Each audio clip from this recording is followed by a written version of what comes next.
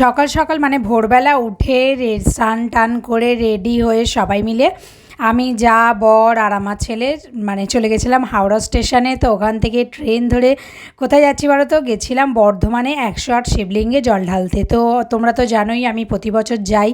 তো চলো ট্রেন থেকে নেমে পড়েছি, পৌঁছে গেছি মন্দিরে। তো ওখানে গিয়ে ঘর টর নিয়ে নিলাম।